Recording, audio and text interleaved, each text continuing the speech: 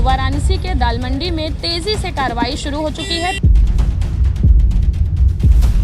नई सड़क से लेकर के काशी विश्वनाथ धाम तक ये रोड जो है 650 मीटर लंबी होगी और 60 मीटर चौड़ी होगी। ये मेरी दुकान 70 लाख की चली गई और मुआवजा मिल गया? नहीं, ना मुआवजा मिला है, ना हमको कहीं बसाया जा रहा है। वो योगी जी से यही गुजारिश है कि हम गरीब दुकानदारों के बारे में भी सोचा जाए। नमस्कार, देख रहे हैं आप बतंगड़ न्यूज़ और मैं हूं आपके साथ खुश रंगीना। एक बार फिर हम वाराणसी की दिल कहे जाने वाली दाल मंडी में मौजूद हैं और दाल मंडी चौड़ीकरण का काम जो है बहुत ही तेज़ी से चल रहा है।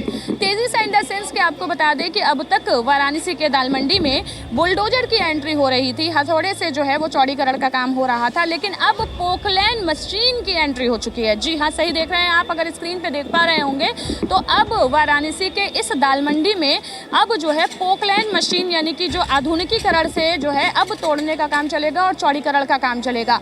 बता दें कि लगातार ये जो दाल मंडी की मार्केट है इसको 650 मीटर लंबा करना है, यानी कि पूरा जो है नई सड़क से लेकर के काशी विश्वनाथ धाम तक ये रोड जो है 650 मीटर लंबी होगी और 60 मीटर चौड़ी होगी। और इस चौड़ीकरण के जद में 187 मकान आ रहे हैं, जिनमें से अब तक 60 मकानों पे कार्रवाई हो चुकी है रजिस्ट्री के बाद। ऐसा कहा जा रहा है कि सरकार जो मकान तोड़ रही है उसको 91 करोड़ रुपए का जो है वो मुआवजा भी दे रही है, लेकिन दुकानदारों को अभी तक कोई मुआवजा नहीं मिला है, ये दुकानदारों का कहना है।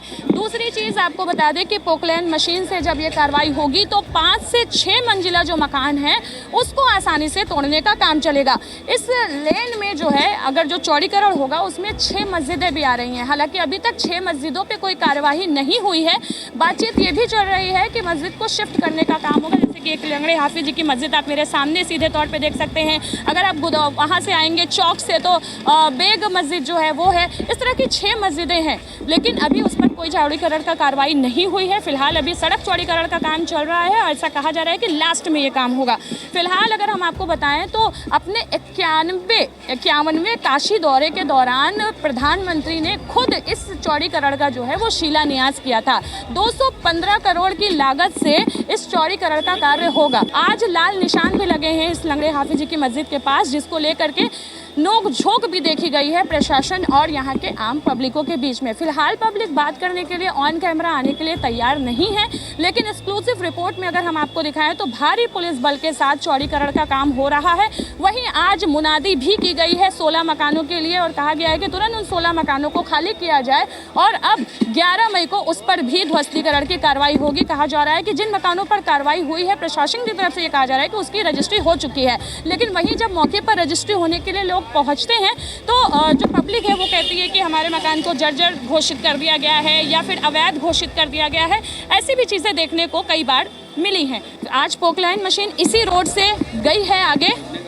टूटने के बाद ये देख सकते हैं कि यहाँ पर दुकान टूट चुकी है, लेकिन दुकान टूटने के बाद दुकान के आगे जो है ये लोग देखें लगा करके अपना गुजर बसर कर रहे हैं। मार्केट टूट रही है, लेकिन जो कस्टमर हैं उनकी भीड़ कम नहीं हो रही है। वो इसी उबड़ खाबड़ रोड से, उबड़ खाबड़ रास्तों से होते हुए अंदर जा रहे हैं और जाते हुए जो है फिर भी जिनको जो सामान खरीदना है वो खरीद रहे हैं। भाई, दाल मंडी टूट गई, दुकान आप लोग बाहर तक लगाए हुए हैं? हमारी दुकान यहीं पे थी, यहीं पे लगाए हैं। अच्छा, यहीं पर थी? हाँ, यहीं पे तो थी। दुकान खत्म हो गई तो अब ऐसे गुजारा कर रहे हैं? तो कुछ करना ही पड़ेगा, कुछ ना कुछ तो करना ही पड़ेगा पेट के लिए ना। सोचे हैं कि दुकान टूटने के बाद कहाँ जाएंगे, क्या करेंगे? अभी कुछ तो सोचा नहीं गया। अभी जो कुछ माल है वही खाली किया जा रहा है। अच्छा, पहले से जो माल दुकानदार ये हैं। मंडी टूटने के बाद अब दुकान टूट गई तो कैसे गुजारा करें? बस ये पेट जो है इसमें जलन होती है तो दुकान लगाते हैं और इसकी आग बुझाना है। और ये मेरी दुकान 70 लाख की चली गई और मुआवजा मिल गया? नहीं, ना मुआवजा मिला है, ना हमको कहीं बसाया जा रहा है। रजिस्ट्री वगैरह किए होंगे तभी तोड़ा गया होगा? नहीं, रजिस्ट्री नहीं, मुआवजा दिए थे और किराया दे रहे थे, किराएदार थे और बिजली की बिल, बिजली मीटर लगा था सरकारी, बिजली बिल दे रहे थे, बिजली जमा कर रहे थे। मुआवजा मिला होगा ना? मुआवजा अभी गवर्नमेंट हम लोग को नहीं दी है। वो योगी जी से यही गुजारिश है कि हम गरीब दुकानदारों के बारे में भी सोचा जाए, जैसे मकान मालिक के लिए सोचा गया है। अब हमारे पीछे 4 बच्चे हैं, ना स्कूल की फ़ीस दे पा रहे हैं, और स्कूल वालों को फ़ीस चाहिए, ना किताब कापी ले पा रहे। नया सेशन चालू है, नया एडमिशन चालू है, घर की बिजली की बिल 52,000 रुपये चढ़ गई है, और मीटर उटर तो नोच के ले गए हैं, केबिल वगैरह हैं, और रोजी रोटी के लाले पड़ गए हैं डेली के।